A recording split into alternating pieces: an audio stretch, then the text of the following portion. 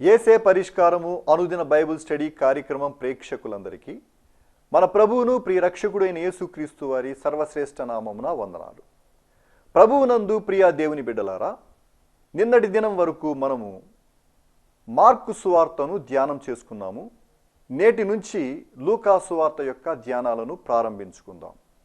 మీరందరూ బైబిల్తోనూ నోట్బుక్తోనూ సిద్ధపడి ఉంటే దైవజనులు కారుపాటి శ్యాంసాగర్ గారు లూకా సువార్త యొక్క సమీక్షను ధ్యానం చేస్తారు. ప్రభువునందు ప్రియ దేవుని బిడ్డలారా, నేటి వాక్య ధ్యానం కొరకు సహకారము ఇచ్చిన కుటుంబము నూజివీడు మండలం పోతురెడ్డిపల్లి వాస్తవ్యులు ధార ప్రవళిక ప్రజ్ఞల జన్మదినం సందర్భంగా తల్లిదండ్రులు ధార ప్రకాష్ గారు, కృష్ణవేణి గారు, మేనత్త మేనమామ తనగాల దానియేలు జయమ్మ గారు సహకారం ఇస్తున్నారు. ధార ప్రవళిక ప్రజ్ఞ గారులకు జన్మదిన శుభాకాంక్షలు. ధారా ప్రకాష్, కృష్ణవేణి, తనగాల దానియేలు జయమ్మ గారులకు ధన్యవాదాలు. ప్రార్థన చేసుకుంటాం. మమ్ములను మిక్కిలిగా ప్రేమిస్తున్న మా ప్రియ తండ్రి, మీకు వందనాలు. నేటి వాక్య ధ్యానానికి సహకారం ఇచ్చినటువంటి కుటుంబం కొరకు ప్రార్థిస్తున్నాము. ప్రవళిక ప్రజ్ఞల కొరకు ప్రార్థిస్తున్నాము. జన్మదినమునిచ్చారు, మీ కృప వారికి ఇచ్చి నడిపించండి. నూతన సంవత్సరమున దయా కిరీటం ధరింపజేశారు, కృప చూపండి. తల్లిదండ్రులను, మేనత్త మేనమామ గారిని దీవించండి. నేటి వాక్య ధ్యానం ద్వారా మాతో మాట్లాడండి. యేసు ప్రభువు పేరిట ప్రార్థిస్తూ ఉన్నాను తండ్రి, ఆమెన్. ప్రభువు నందు ప్రియ దేవుని బిడ్డలారా, మీ పరిశుద్ధ బైబిల్ గ్రంథాన్ని తెరవండి. లూకా సువార్త 1వ అధ్యాయము 1వ వచనము నుండి వాక్యాన్ని ధ్యానము చేద్దాము. గత దినము మనము 4 వచనాలు చదువుకున్నాం. వీటిలో మరికొన్ని మాటలు వివరణాత్మకంగా మీకు తెలియచేయాలని నేను ఆశిస్తున్నాను. ఘనత వహించిన Theophilus governor, ranker, official of Roman government. Theophilus అను మాటకు అర్థం the one who loves God very much, దేవుని బహుగా ప్రేమించువాడు అని అర్థం. దేవుని బహుగా ప్రేమించువాడు ఆ కాలంలో ఖచ్చితంగా లూకా గారు తన యొక్క రిపోర్ట్ సమర్పించేటువంటి కాలంలో, తన యొక్క థీసిస్ సమర్పించే కాలంలో అతడు ఉండటం ఆశ్చర్యం. నేను చెబుతాను, జాగ్రత్తగా వినండి. లూకా వైద్యుడు, లూకా ఫిజిషియన్, వైద్యుడు. లూకా 2nd generation Christian, 1st generation apostles, next generation Christian. Non Jew, అంత్యోక ప్రాంతం నుండి వచ్చిన సిరియన్ ఫ్యామిలీకి చెందినవాడు. గ్రీకులో చాలా ఉన్నతమైనటువంటి ప్రావీణ్యం గలవాడు, పట్టుదల గలవాడు, విద్యావేత్త. చూడండి, మిగిలిన 3 సువార్త రాసిన వ్యక్తులు యూదులు, మార్కు, మత్తయి, యోహాను. యేసుక్రీస్తు ప్రభువును చూచిన వారు వాళ్ళు. కానీ లూకా చూడలేదు. లూకా యెరూషలేము డిస్ట్రక్షన్ తర్వాత AD 70లో యెరూషలేము పట్టణం టైటస్ అనేటువంటి రోమన్ గవర్నర్ ఆధిపత్యంలో పడగొట్టబడి దేవాలయం కూల్చబడింది. బెన్ హిన్నోము లోయలో దేవాలయపు శకలాలు తోసేయబడ్డాయి. యెరూషలేములో ఉన్న విశ్వాసులు ప్రపంచం అంతా చెదరగొట్టబడ్డారు. అప్పటి నుండి ఇశ్రాయేలుకు రాజ్యం లేదు ప్రపంచ పటంలో. The whole nation was dismantled. కారణం తెలిసిన, ఈ పాపము మా మీద మా పిల్లల మీద మోపండి అని యేసు శిలువ దగ్గర ప్రజలు కేకలేశారు. ఆ కారణం చేత వారు రాజ్యాన్ని చరిత్రలో లేకుండా పోయారు. విశ్వవ్యాప్తంగా యూదులు చెదిరిపోయారు. No more Israelites in Jerusalem. AD 70 తర్వాత ఇశ్రాయేలు రాజ్యము ప్రపంచ పటములో తుడిచిపెట్టబడింది. వింటున్నారా? 1948వ సంవత్సరంలో మళ్ళా ఇశ్రాయేల్ రాజ్యం ఏర్పడింది. ఇశ్రాయేలీలు ప్రపంచవ్యాప్తంగా చెదిరిపోయారు. క్రీస్తు శకం 70లో చెదిరిపోయిన ఇశ్రాయేలీయులు క్రీస్తు శకం 1948లో ఒక కంట్రీగా, మళ్ళీ ఒక దేశంగా ప్రపంచ పటంలో ఆవిర్భవించారు. 1870 సంవత్సరాలు 80 సంవత్సరాలు 1880 సంవత్సరాలు ప్రపంచవ్యాప్తంగా చెదిరిన యూదులు తమ జాతిని గుర్తుపెట్టుకొని, వింటున్నారా, తమ జాతిని గుర్తుపెట్టుకొని తాము ఏ ప్రాంతంలో ఉన్నా మేము ఫలానా ప్రాంతానికి చెందిన వాళ్ళం, ఫలానా జాతికి చెందిన వాళ్ళం, ఫలానా వంశాలకు చెందిన వాళ్ళం అనే స్పృహ కలిగి మరలా వెనకకు తిరిగి వచ్చి ఒక రాజ్యంగా ఏర్పడి అతి తక్కువ కాలంలో, ఇప్పటికీ 80 సంవత్సరాలకు ఒక సంవత్సరం తక్కువ, 70 సంవత్సరాలకు ఒక సంవత్సరం తక్కువ, ఇంత తక్కువ పీరియడ్లో ప్రపంచంలో ఒక బలమైన దేశంగా ఎదిగారు. జాగ్రత్తగా వినండి. ప్రపంచంలో ఒక ప్రాముఖ్యమైన దేశంగా ఎదిగారు. Very small country. మనం కంపేర్ చేసుకుంటే ఆంధ్రప్రదేశ్ అంతా చిన్న దేశం. ప్రపంచ దేశాల్లో మహోన్నతమైన దేశంగా వెలుగొందిపోతుంది. కారణం ఏమిటంటే ప్రణాళిక. ప్రభు అయిన యేసుక్రీస్తు వారు మొదటి రాకడలో గొర్రెపిల్లగా వచ్చారు. గొర్రెపిల్లగా వచ్చారు అంటే ఈ మాటను గొర్రెపిల్ల అనే లిటరల్ వర్డ్కి తీసుకుంటే నన్ను పిచ్చోడిని చూసినట్టు చూస్తారు మీరు. అలగోరికల్, అలంకార రీతిగా గొర్రెపిల్ల అన్నప్పుడు బలి పశువు, గొర్రెపిల్ల అన్నప్పుడు సాధువు, గొర్రెపిల్ల అన్నప్పుడు సమర్పించుకుంటానికి వచ్చినవాడు అని అర్థం. గొర్రె పిల్లగా వచ్చాడంటే అది అర్థం. సింహంగా రాబోతున్నాడు, రూలర్ అని అర్థం. అంతేగాని గొర్రెపిల్ల సింహం అంటే ఆయన గొర్రెను ఆయన సింహం అని కాదు. అక్షరాన్ని అపార్థం చేసేవాళ్ళు అర్థాన్ని మార్చేస్తారు. ఇది మీరు గుర్తిరగాలి.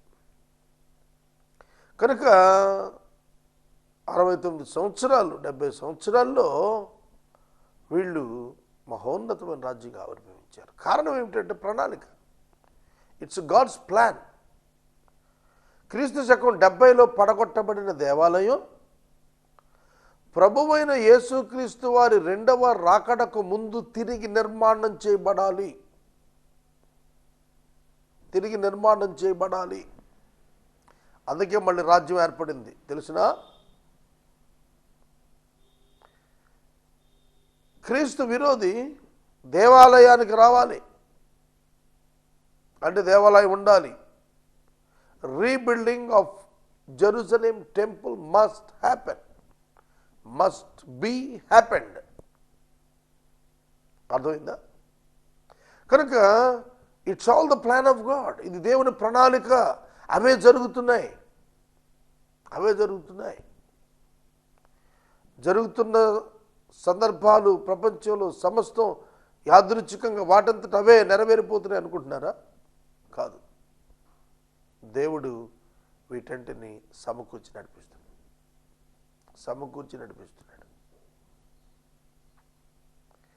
సోదరుడా, సోదరి,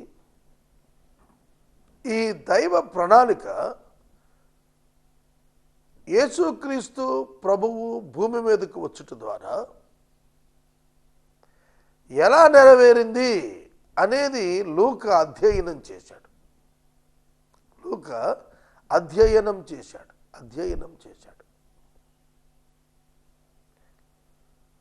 ఏ విధంగా సువార్త లోకానికి వెళుతోంది, ఏ విధంగా అన్యజనులు దైవ ప్రణాళికలో ఉన్నారనేది మనం గుర్తెరగాలి. ఇవన్నీ కూడాను లూకా సాధ్యపరచడానికి దేవుడు ఏర్పాటు చేసుకున్నాడు అతన్ని. ఐ స్ట్రాంగ్లీ బిలీవ్, నేను చాలా బలంగా నమ్మేది ఏంటో తెలుసు, భూమి మీద ఏ మనిషి కూడా ఊరికినే పుట్టలేదు. With a great purpose. ఎందుకో చెబుతాను. ప్రతివాని తల వెంట్రుకలు లెక్కించబడ్డాయి. So that you can understand how important a human being is. ఒకరి తల వెంట్రుకలు రాలుట దేవునికి తెలుసు అన్నాడు. ఉదయాన్నే లేస్తాం, తలదూకుంటాం, ఎన్ని వెంట్రుకలు రాలిపోతాయో మనకు తెలియదు. ఎన్ని వెంట్రుకలు కొత్తగా పుట్టాయో మనకు తెలియదు. మానవ శరీర నిర్మాణం మనం అర్థం చేసుకోవటానికి అది మహోన్నతమైన శాస్త్రం. 139వ సంకీర్తనలో దావీదు చెప్పాడు, ఆశ్చర్యం భయం. వ్యాధి నిరోధక శక్తి ఉన్నది మనకు శరీరానికి. వ్యాధులు శరీరంలోనే పుడుతున్నాయి. వ్యాధులను శరీరంలోనే నివారణ చేసుకునే మెకానిజం ఉంది. How great it was. ఆశ్చర్యం అండి మానవ శరీరం మీద వైద్యశాస్త్రం ఎంత అభివృద్ధి చెందిందో ఆలోచిస్తే మహోన్నతం. దేవుడు మనుషులను ప్రేమించి వారందరూ రక్షించబడాలని సంకల్పంతో ఆయన తన కుమారుని లోకానికి పంపాడు. It is God's heart beat that every one should be saved. ప్రతివాడు, ఆదామునందు జన్మించిన ప్రతి నరుడు రక్షణ పొందాలి. అందుకే తన కుమారుడైన యేసుక్రీస్తుని లోకానికి పంపించాడు. పంపి ఆయన యందు మానవులకు విమోచన ఇచ్చాడు. ఇది తెలియటానికి థియోఫిలాకు యేసు ప్రభువు జీవించిన కాలంలో ఆయన యొక్క జన్మము కాడ్నుంచి, ఆయన జనన ప్రకటన కాడ్నుంచి, ఆయన జననము ప్రకటన కాడ్నుంచి ఆయన ఆరోహణం వరకు, ఆయన పుట్టక ముందు 9 నెలల నుండి ఆయన చనిపోయి తిరిగి లేచిన తరువాత 40 దినాలు, టోటల్ అకౌంట్ లూకా కవర్ చేశాడు. తర్వాత సంఘ చరిత్ర కూడా లూకా తన దినం వరకు అపోస్తలుల కాలంలో కవర్ చేశాడు. అర్థమవుతుందా? కనుక క్రీస్తు పుట్టుక, క్రీస్తు జీవితం, క్రీస్తు మరణము, క్రీస్తు పునరుత్థానము, క్రీస్తు ఆరోహణము, క్రీస్తు సంఘము విస్తరణార్థం పరిశుద్ధాత్మను కృమ్మరింపు, సంఘము విస్తరించుట.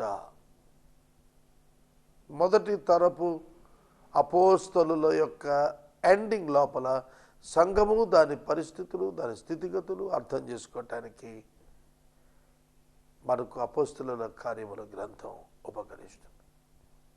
ఈ రెండు గ్రంథాలు ఒకే సంపుటిగా 2 వాల్యూమ్స్లో ఒకే పుస్తకంగా వ్రాశాడు. కనుక యేసుక్రీస్తు ప్రభువు అతని శిష్యులు కాలంలో how the plan of God manifested fulfilled, అది దేవుడు వారికి తెలియచేస్తున్నాడు, రుజువులతో తెలియచేస్తున్నాడు. ఒకటి ఐ విట్నెస్ వ్రాశారు, Mark eye witness for Jesus వ్రాశాడు. యోహాను eye witness for Jesus ministry ఆయన రాశాడు. మత్తయి శిష్యుల్లో చేర్చబడ్డాడు, ఆయన రాశాడు. మరి లూకా తర్వాత కాలములో వచ్చి తర్వాత జనరేషన్లో వచ్చి తాను ఇవన్నీ ధృవీకరించాడు. వండర్ఫుల్. ఇవన్నీ ధృవీకరించాడు. These facts, these all are facts, true, ఇదంతా సత్యం, వాస్తవ నిజ సంఘటనలు ఇవి, historically proved, witnesses are there, అది లూకా చెప్పాడు. సోదరుడా, సోదరి, కనుక ఈ గ్రంథం ఆథెంటిక్, అధికారపూర్వకమైంది. లూకా సువార్త ఒక రుజువులతో కూడిన గ్రంథం, సాక్ష్యాలతో కూడిన గ్రంథం, అనుభవాల వివరణతో కూడినటువంటి వాంగ్మూలాలతో కూడిన గ్రంథం ఇది. పోలీస్ స్టేషన్లో ఏదైనా ఇన్సిడెంట్ జరిగితే సాక్షుల యొక్క వాంగ్మూలాలు వ్రాస్తారు, తీసుకుంటారు. వాంగ్మూలం ఇచ్చిన తర్వాత దాన్ని వెనక్కి తీసుకుంటాం లేదు. It can be challenged before the law. వాంగ్మూలం, ఆ వాంగ్మూలం మీద అతడు ట్రయల్కి ఆహ్వానించబడతాడు. వాంగ్మూలంలో ఒకటిచ్చి ట్రయల్లో ఇంకోటి చెప్తే అది నిలబడదు. ప్రియమైన దేవుని బిడ్డలారా, కనుక మనం అర్థం చేసుకోవాలి. లూకా సువార్త యొక్క ప్రాధాన్యత మీరు గుర్తారని నాకు చెబుతున్నాను. ఇది దేవుడు ఒక ప్రత్యేకమైన ఉద్దేశంతో తెచ్చాడు, సామాన్యంగా తేలా. అన్యులైన మనందరం కూడా ఒక అన్యుని యొక్క ఇన్వెస్టిగేషన్ ద్వారా ఈ సత్యాలన్నీ కూడా నేర్చుకోవటానికి చాలా బ్యూటిఫుల్గా దీన్ని ఫ్రేమ్ చేస్తూ వచ్చాడు, ఎడ్యుకేటెడ్గా ఫ్రేమ్ చేశాడు. గ్రీకులో ఫిలాసఫర్ ఏమో, అద్భుతమైనటువంటి తత్వవేత్త ఏమో, అనుభవం గల జ్ఞాని, విద్యావంతుడు అయిన కారణంగా చక్కగా పదజాలాన్ని వాడుతూ ఎక్కడ ఏ పదాన్ని ఎక్కడ ఏ సందర్భాన్ని వాడాలో ఒక విధానంలో రాసుకొచ్చాడు, ఒక సిస్టమేటిక్గా రాసుకొచ్చాడు. కనుక ఈ వచనాలు మనం చూస్తున్నప్పుడు వాక్య సేవకులు అయిన వారు కనులారా చూచి, ఆరంభము నుండి కనులారా చూచి, వాక్య సేవకులైన వారు మనకు అప్పగించిన ప్రకారము మన మధ్య నెరవేరిన కార్యములు. గమనించారా? What is the base for the gospel? కనులారా చూచి, ఐ విట్నెస్, కనులారా చూచి వాక్య సేవకులు అయిపోయారు. Ministers of God, ministers of the word of God. ఈ పదం ఎంత బాగుందండి. మనం మినిస్టర్ అని అంటే చాలా గొప్పగా లెక్కిస్తాం కదా. What is the meaning of minister?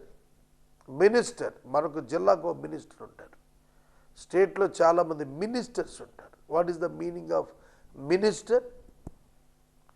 What is the meaning of cabinet minister, associate minister, helping minister, సహాయక మంత్రి, క్యాబినెట్ మంత్రి అంటే ఏమిటి అసలు దాని అర్థం ఏమిటంటే మినిస్టర్ అంటే సేవకుడు. మీ మినిస్టర్ మీకు సేవ చేస్తున్నాడా? మీ జిల్లాలో క్రైస్తవునికి మీ జిల్లాలో మీ మినిస్టర్ మీకు సేవ చేస్తున్నారా? మీ మినిస్టర్స్ మీకు సేవ చేస్తున్నారా? మీ రాష్ట్రంలో మినిస్టర్స్ మీకు సేవ చేస్తున్నారా? మీ దేశంలో? It's a question. Ministers of word అంటే వాక్య సేవకులు అని అర్థం. ఇక్కడ లూకాలో సేవకుడు మినిస్టర్ అంటే, మినిస్టర్ ఈజ్ అ సర్వెంట్, సేవకుడు. కాబట్టి ప్రియమైన దేవుని బిడ్డలారా, వాక్య సేవకులయ్యారు అన్నప్పుడు వాక్యం యజమానుడు వారు సేవకులయ్యారు. వాక్యాన్ని తమకు యజమానుడిగా తీసుకున్న ఒక గొప్ప మహోన్నతమైన వ్యక్తులు, కనులారా సంఘటనలు చూచినవారు, చెవులారా యేసు మాటలు విన్నవారు, వాళ్ళను లూకా వెళ్ళి కలుసుకొని యాజ్ ఇట్ ఈస్గా రాసుకొచ్చాడు. ఒక ఎంక్వైరీ కాల్ఫర్ చేస్తారు. ఎప్పుడైనా అధికారులు ఏదైనా తమ దృష్టికి లోపాలు ఉన్నాయని వచ్చినా, విశేషాలు ఉన్నాయని వచ్చినా, they will call for an enquiry. ఒక అధికారిని పిలిచి ఎంక్వైరీ ఆఫీసర్గా పెట్టి అతనికి చెబుతారు, గైడ్ లైన్స్ ఇచ్చి మీరు ఇట్లా ఎంక్వైరీ చేయండి, ఈ ఎంక్వైరీలో ఎవరెవరు, ఏమేమిటి, ఎక్కడెక్కడ, ఏ స్థలాలు, ఎందుకు, ఎట్లా. కనుక ఎంక్వైరీ చేశాడు, ఇన్వెస్టిగేట్ చేశాడు, పరిశోధించాడు, లోతులకు వెళ్ళాడు. ఒకరు చెప్పిన దానికి ఇంకోళ్ళు చెప్పిన దానికి సంబంధం ఉందో లేదో పరిశీలించడం ఇన్వెస్టిగేషన్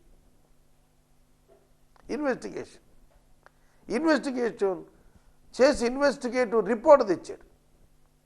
ఎందుకంటే రోమాలో టాప్ అఫీషియల్కి ఇది ప్రజెంట్ చేయబోతున్నాడు అతని పేరిట.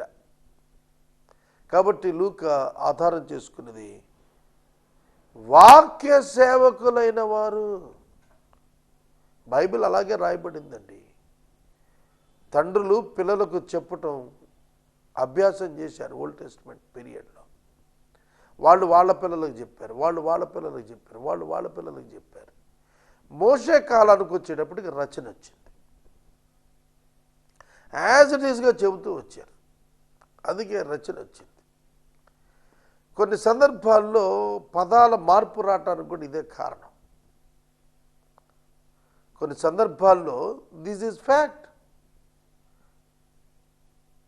కనుక ఒక వ్యక్తి సాక్ష్యం ఇచ్చినప్పుడు, ఇద్దరు వ్యక్తులు సాక్ష్యం ఇచ్చినప్పుడు, ముగ్గురు వ్యక్తులు సాక్ష్యం ఇచ్చినప్పుడు, ఒకే ఇన్సిడెంట్ గురించి ముగ్గురు, నలుగురు, ఐదుగురు సాక్ష్యాలు ఇస్తున్నప్పుడు నేరేషన్స్ డిఫరెంట్గా ఉంటాయి. వాస్తవం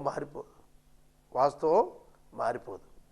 ఉదాహరణకి యేసుక్రీస్తు ప్రభు ఓ కుష్టివాడిని బాగు చేశాడు.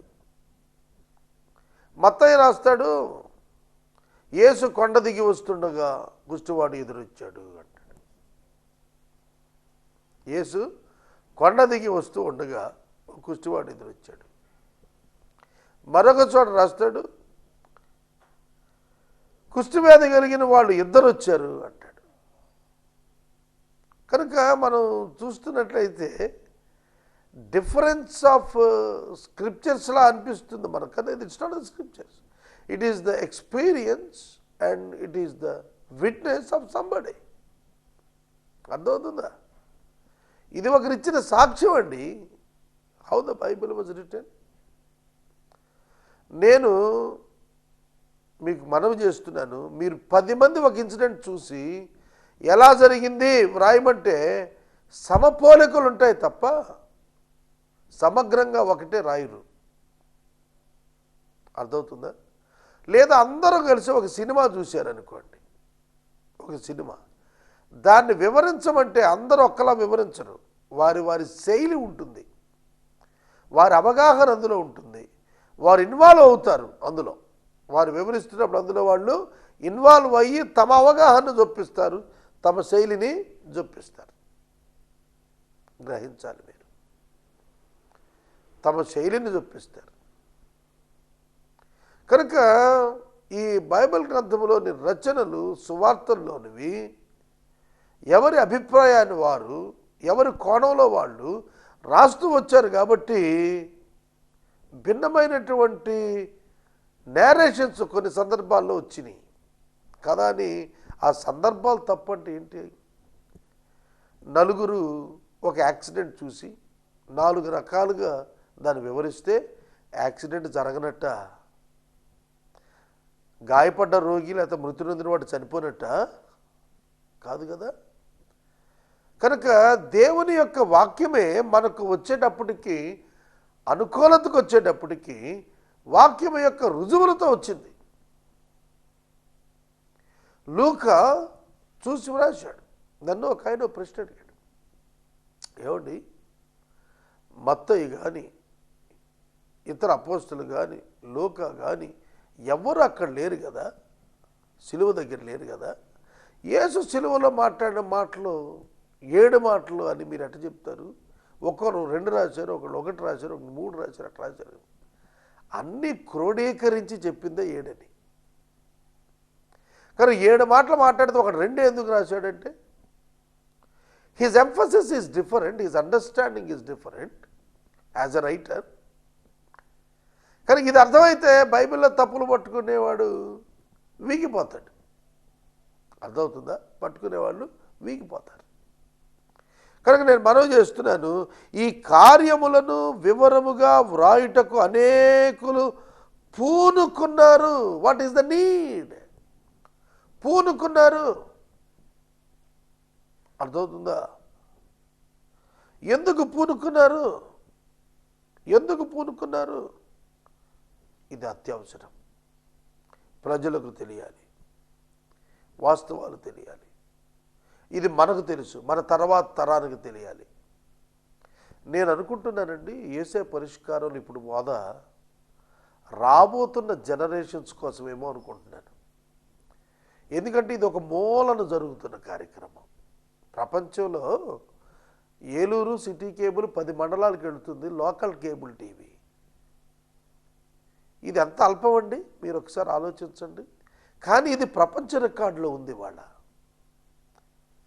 బైబిల్ని కంప్లీట్గా థౌజండ్స్ ఆఫ్ అవర్స్ ధ్యానం చేసిన కార్యక్రమంగా రూపుదిద్దుకుంటుంది. మరి దీన్ని విన్నవారి సంఖ్య తక్కువ కదా, మరి ఇది ఎటుపోతుంది? కాబట్టి నేను అనుకుంటాను, కొన్ని పరిచర్యలు దేవుడు తన ప్రణాళిక చొప్పున చేస్తున్నప్పుడు కొన్ని భవిష్యత్ కొరకైనవి. ఇప్పుడు పౌలు గారు, పేతురు గారు రాసిన కొద్ది మాటలు మనకు దొరికాయి. వాటిలో దేవుని వాక్యాన్ని సంపూర్ణంగా అనుభవిస్తున్నాం కదా. పౌలు అంతే మాట్లాడా, పేతురు అంతే మాట్లాడా సంఘాలతో. రచన చేసినప్పుడు అవైలబిలిటీకి వచ్చింది. ఇవాళ క్రైస్తవ్యంలో ఉన్న రచనలు ప్రపంచంలో ఇంకే మతంలో లేవు. కాబట్టి దేవుడు తన సత్యాన్ని ప్రజలకు అనుకూలతగా తేటానికి ఇన్ని కోట్ల పుస్తకాల రచనలు తీసుకొచ్చాడు. గ్రహించండి, యేసుక్రీస్తు దేవుడని. నేను ముగిస్తున్నాను. నేటి వాక్య ఉపదేశానికి సహకారం ఇచ్చిన కుటుంబం నూజివీడు మండలం పోతిరెడ్డిపల్లి వాస్తవ్యులు ధారా ప్రవల్లిక ప్రజ్ఞల జన్మదినం సందర్భంగా తల్లిదండ్రులు ధారా ప్రకాష్, కృష్ణవేణి గారు, కనగాల దానియేలు, జయమ్మ గారు సహకరించారు. దేవుడి కుటుంబాన్ని దీవించును గాక. మనము ఇంతవరకు దైవజనులు కారుపాటి శ్యాన్సాగర్ గారి ద్వారా లూకాసు వార్త యొక్క సమీక్షను ధ్యానం చేసుకున్నాము. ఈ కార్యక్రమం ద్వారా మీరు పొందుకొనుచున్న ఆత్మీయ మేలులు ఒక ఉత్తరం ద్వారా మాకు తెలియచేయండి. మీ ప్రార్థనా మనవులు మాకు తెలియచేస్తే యేసే పరిష్కారం కార్యాలయంలో ఏర్పాటు చేసిన ప్రత్యేక ప్రార్థనా శిబిరంలో మీ కొరకు ప్రార్థిస్తాం. మీ కుటుంబ పక్షముగా ఒక ఎపిసోడ్ ప్రసారం చేయాలనుకునేవారు మాకు తెలియచేస్తే మా సిబ్బంది మీ గృహాలను దర్శిస్తారు. ముగింపు ప్రార్థన ఆశీర్వాదాలతో ఈ కార్యక్రమాన్ని ముగించుకుందాం. ప్రార్థన చేసుకుందాం. మమ్మల్ని మిక్కిలిగా ప్రేమిస్తున్న మా తండ్రి, మీకు వందనాలు. ధారా ప్రవల్లిక ప్రజ్ఞల కొరకు ప్రార్థిస్తున్నాము. మీ కృపలో బిడ్డలను జ్ఞాపకం చేసుకోనండి. తల్లిదండ్రులను, మేనత్త మేనమామ గారిని మీరు ఆశీర్వదించండి ప్రభు. మీ చేతికి విన్నప్పగిస్తున్నాం. యేసు దివ్యనామమున నడుచున్నాం తండ్రి. ఆమేన్. తండ్రి దేవుని ప్రేమ, కుమారుని యేసు కృప, పరిశుద్ధాత్మని యొక్క అన్యోన్య సహవాసం సదాకాలం మనందరికీ తోడైనదిగా. ఆమేన్.